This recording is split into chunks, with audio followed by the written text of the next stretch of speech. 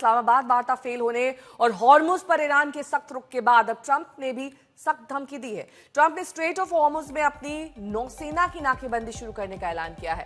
आज शाम 7:30 बजे से नाकेबंदी शुरू हो जाएगी। ट्रंप ने कहा कि आने जाने वाले हर जहाज पर नजर रखी जाएगी और अवैध टोल देने वालों पर कार्रवाई होगी। ईरान ने इस पर पलटवार किया है। ईरान ने कहा कि हॉर्मुज के पास कोई भी सैन्य जहाज दिखा तो उसे युद्ध विराम का उल्लंघन माना जाएगा।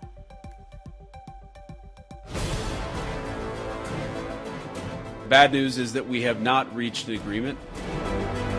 We go back to the United States having not come to an agreement. We leave here with a very simple proposal, a method of understanding that is our final and best offer. Iran से 21 घंटे की बातचीत के बाद अमेरिकी उपराष्ट्रपति JD Vance ने महज 3 मिनट 17 सेकंड की मीडिया ब्रीफिंग खत्म की तो इसी के साथ पश्चिम एशिया में शांति की राह निकलने की सारी उम्मीदें भी कुछ समय के लिए मिट्टी में मिल गई। वेंस के बेरंग अमेरिका लौटने और अमेरिकी शर्तों के आगे ईरान के सरेंडर न करने से आहत राष्ट्रपति ट्रंप ने ट्रूथ सोशल से बड़ा धमाका कर दिया। ट्रंप ने कहा अब अमेरिका हॉर्मुज की नाकेबंदी करेगा। ट्रंप ने लिखा, मैंने अपनी नौसेना को निर्देश दिया है कि अंतर्राष्ट्रीय जल क्षेत्र में हर उस जहाज को खोजकर रोका जाए जिसने ईरान को कोई शुल्क दिया है। जो कोई भी अवैध टोल का भुगतान करेगा उसे खुले समुद्र में सुरक्षित मार्ग नहीं मिलेगा। हम जलडमरू मध्य में ईरान द्वारा बिछाई गई बारूदी सुरंगों को नष्ट करना भी शुरू करेंगे। कोई भी ईरानी जो हम पर या शांतिपूर्ण जहाजों पर गोली चलाएगा उसे पूरी तरह नष्ट कर दिया जाएगा। ईरान किसी से भी बेहतर ये जानता है कि इस स्थिति को कैसे खत्म किया जाए जिसने पहले ही उनके देश को तबाह कर दिया है। ट्रंप की इन बातों से साफ है कि हॉर्मुज में अब लड़ाई छिड़ने वाली है। ट्रंप ने आगे कहा कि नाकेबंदी जल्द शुरू होगी। इस नाकेबंदी में अन्य देश भी शामिल होंगे। ईरान को इस अवैध उगाही से मुनाफा कमाने की अनुमति नहीं दी जाएगी। वे पैसे चाहते हैं और इससे भी अधिक वे परमाणु हथियार चाहते हैं। इसके अलावा और उचित समय पर हम पूरी तरह तैयार हैं और हमारी सेना ईरान में जो थोड़ा बहुत बचा है उसे भी खत्म कर देगी। ट्रंप ने हॉर्मुज की नाकेबंदी की धमकी दी और अमेरिकी सेंट्रल कमांड ने नाकेबंदी का मुहूर्त भी जारी कर दिया। वॉशिंगटन के समय के मुताबिक 13 अप्रैल सुबह 10 बजे से नाकेबंदी शुरू होगी, यानी भारतीय समय के अनुसार शाम के 7:30 बजे। लेकिन इन धमकियों के बीच ईरान भी एक्शन में है। ईरान की रेवोल्यूशनरी गार्ड नेवी ने वीडियो जारी कर दावा किया है कि हॉर्मुज स्ट्रेट पर उसका पूरा नियंत्रण है और किसी भी सैन्य जहाज को यहां घुसने की कोशिश करने पर कड़ा जवाब दिया जाएगा। हालांकि ईरान का कहना है कि आम व्यापारिक जहाजों के लिए रास्ता खुला है, लेकिन सैन्य मौजूदगी बर्दाश्त नहीं की जाएगी। ईरान के सैन्य प्रवक्ता का बयान देखिए, हॉर्मुज जलडमरू मध्य के पास आने वाले युद्धपोतों का दृढ़ और निर्णायक जवाब दिया जाएगा। यदि संयुक्त राज्य अमेरिका जमीनी आक्रमण शुरू करता है तो हम 10 लाख से अधिक सैनिकों की तैनाती के लिए तैयार हैं। वहीं IRGC ने सख्त तेवर अपनाते हुए कहा कि हॉर्मुज जलडमरू मध्य गैर सैन्य जहाजों के लिए सुरक्षित आवागमन के लिए खुला है और जो भी सैन्य जहाज किसी भी नाम या बहाने से इस जलडमरू मध्य के करीब आने की कोशिश करेंगे उसे युद्ध विराम का उल्लंघन माना जाएगा और उसके साथ सख्ती से निपटा जाएगा। साफ नजर आ रहा है हॉर्मुज को अमेरिका नाक का सवाल बना चुका है और ईरान इसे हथियार की तरह इस्तेमाल कर रहा है। ऐसे में डर ये है कि कहीं 2 हफ्ते का युद्ध विराम अपनी मियाद से पहले न टूट जाए और हॉर्मुज ट्रंप का बारूदी हमले का नया ठिकाना न बन जाए। आज तक ब्यूरो। प्रणय उपाध्याय मेरे सहयोगी जुड़ गए हैं तमाम जानकारी के साथ। आशुतोष मिश्रा भी हमारे साथ लगातार जुड़े हुए हैं। प्रणय, जिस तरह से नाक और साक का सवाल हॉर्मुज को अब राष्ट्रपति डोनाल्ड ट्रंप ने बना लिया है, वो कह रहे हैं कि हम लगातार वहां पर स्थिति को नियंत्रण में रखेंगे। कैसे कर पाएंगे वो नियंत्रण जब उसको लेकर इतना आक्रामक है ईरान? देखिए नेहा, यहाँ ये समझना होगा कि ये केवल राष्ट्रपति डोनाल्ड ट्रंप के लिए नाक और साक का सवाल नहीं है, बल्कि दुनिया के लिए भी जरूरत का सवाल है। क्योंकि अगर जहाज वहां पे पूरी मुक्तता के साथ में नहीं निकल पा रहे हैं तो ये दुनिया की ऊर्जा सप्लाई को बाधित कर रहा है। ईरान भी इस को प्रेशर पॉइंट की तरह, ट्रम्प कार्ड की तरह इस्तेमाल कर रहा है इस पूरे नेगोशिएशन के अंदर और उसे लगता है कि उसके पास सबसे कारगर हथियार यदि कोई है तो वो स्ट्रेट ऑफ हॉर्मुज का क्लोजर ही है। निश्चित रूप से आपने बिल्कुल ठीक कहा कि ये एक नया टकराव का मोर्चा बनता चला जा रहा है और इस टकराव में यदि अमेरिकी नौसेना उस इलाके के अंदर दाखिल होती है तो फिर ये एक और सैन्य टकराव की वजह बनेगी, क्योंकि ईरान के ऊपर जो मैक्सिमम प्रेशर है उस मैक्सिमम प्रेशर के तहत राष्ट्रपति डोनाल्ड ट्रंप ने नेवल ब्लॉकेड का भी आदेश दे दिया है और वो चाहते हैं कि ईरान उनकी शर्तों को स्वीकार कर ले। निश्चित रूप से जब ऐसे में जबकि सीज फायर चल रहा है, 5-6 दिन हो चुके हैं सीज फायर को, और अभी भी इस बात की आशंका बरकरार है कि ऐसे में जबकि अमेरिका अपनी नौसेना को भेज रहा है, अपने अन्य सैनिक दस्तों की मौजूदगी उसने बढ़ाई है, और वो ईरान पर इस बात का दबाव डाल रहा है कि स्ट्रेट ऑफ हॉर्मुज को फौरन खोला जाना चाहिए, और उसी स्थिति में खोला जाना चाहिए जैसा वो 28 फरवरी के पहले था। तो क्या ईरान इस चीज के लिए तैयार होगा? यदि ईरान तैयार नहीं होता है तो क्या फिर ये सीधे तौर पर ईरान पर एक बड़े हमले की जमीन बनेगा? ये अभी वो सवाल है जिस पर दुनिया की नजरें इस समय लगी हुई हैं, और इस चिंता के साथ कि कहीं एक और चिंगारी उस युद्ध की आग को फिर से न भड़का दे।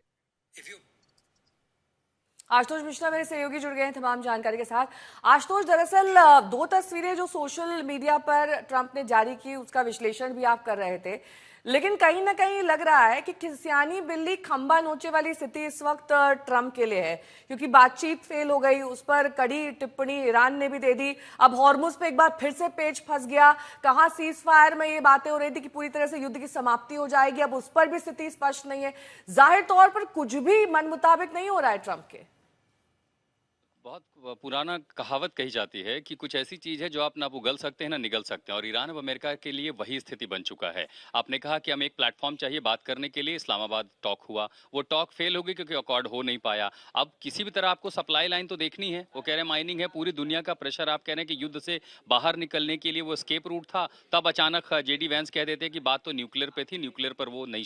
अब किसी भी ताकत के लिए दुनिया के सारे देश ये तो समझ चुके हैं ना कि अगर उनके पास शक्ति है तो शांति आएगी, और अगर ईरान के पास ये काबिलियत, ये शक्ति, ये मिसाइलें ना होती तो आप समझ सकते हैं कि उसका हाल क्या होता। हमने देखा कि 6 घंटे में पूरा वेनेजुएला का ऑपरेशन किस तरह अमेरिका ने कर लिया था। तो क्या कोई देश अपनी सार्वभौमिकता के साथ समझौता कर सकता है? उसका जवाब ईरान दे रहा है। अब अमेरिका के पास रास्ते ये हैं कि आप युद्ध से वापस हटेंगे कैसे, आप मिड टर्म इलेक्शन की ओर जा रहे हैं, अपने वोट बैंक को भी देखना है, और प्लस दुनिया में अमेरिका के अपने रसूख को देखते हुए तो अब वो किसी भी हाल में चाहेंगे कि उस पर एक घेरेबंदी हो। हाँ, अमेरिका के पास ये काबिलियत है कि वो हॉर्मुज में पूरी घेरेबंदी कर दे, पानी के बीचों बीच 21 नॉटिकल माइल के इलाके में एक डिवाइडर बना के छोड़ सकते हैं कि ईरान में कोई जहाज जाएगा नहीं, आएगा नहीं। लेकिन दुनिया के बाकी जो खाड़ी के देश हैं, कुवैत से लेकर के सऊदी अरेबिया, अबर, ओमान, यूएई, इन तमाम इलाकों में आपको तेल सप्लाई लाइन चलानी है। लेकिन आप माइनिंग कैसे करेंगे? माइनिंग का ऑपरेशन 6 घंटे का नहीं है। द्वितीय विश्व युद्ध में हमने देखा था कि जर्मन यू बोट्स कितना बड़ा खतरा थी। पूरी जापान की नौसेना जो है अंडर सी वाटर माइन लगा के अमेरिका के लिए, उसके कहते हैं ना कि हाथी के नाक में से चींटी चलेगा, उस तरह की स्थिति बना दी थी।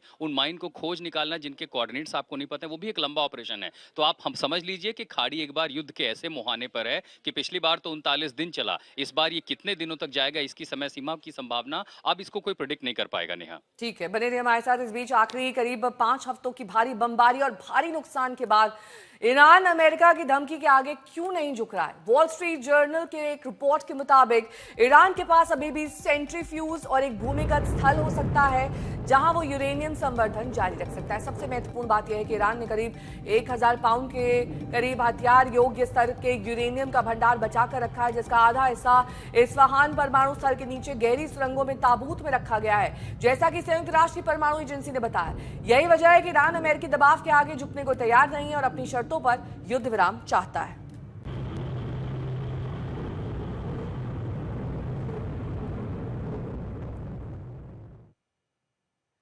प्रणय मेरे सहयोगी जुड़ गए हैं तमाम जानकारी के साथ। प्रणय, क्या डिटेल में ईरान ने बता दिया है कि युद्ध विराम के लिए सबसे जरूरी, सबसे महत्वपूर्ण शर्तें क्या है उनके लिए?